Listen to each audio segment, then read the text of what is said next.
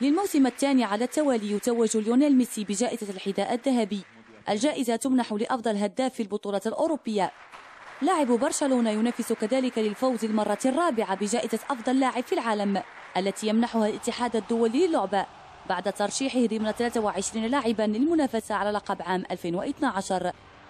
إلى جانب الداهية الأرجنتيني، اللائحة تضم 4 من زملائه في البلوغرانا وهم سيرخيو بوسكيتس وأندريس إنيستا وجيرارد بيكي ثم تشافي إرنانديز، و6 لاعبين الفريق الخصم ريال مدريد على رأسهم وصيف الجائزة السنة الماضية البرتغالي كريستيانو رونالدو.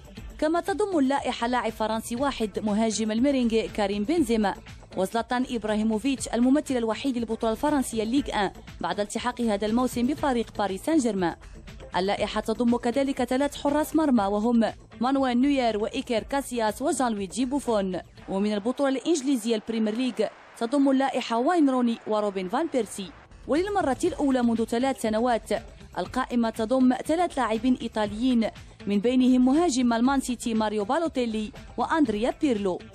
ليونيل ميسي أفضل لاعب في العالم منذ 3 مواسم أعرب عند تسلمه الجائزة عن فرحه الكبير، وتقدم بأمنياته لمواطنه دييغو مارادونا الذي سيحتفل بعيد ميلاده. كما تسلم ميسي نسخة مصغرة من الحذاء الذهبي كهدية لطفله تياغو الذي سوف يولد خلال الأيام القليلة المقبلة.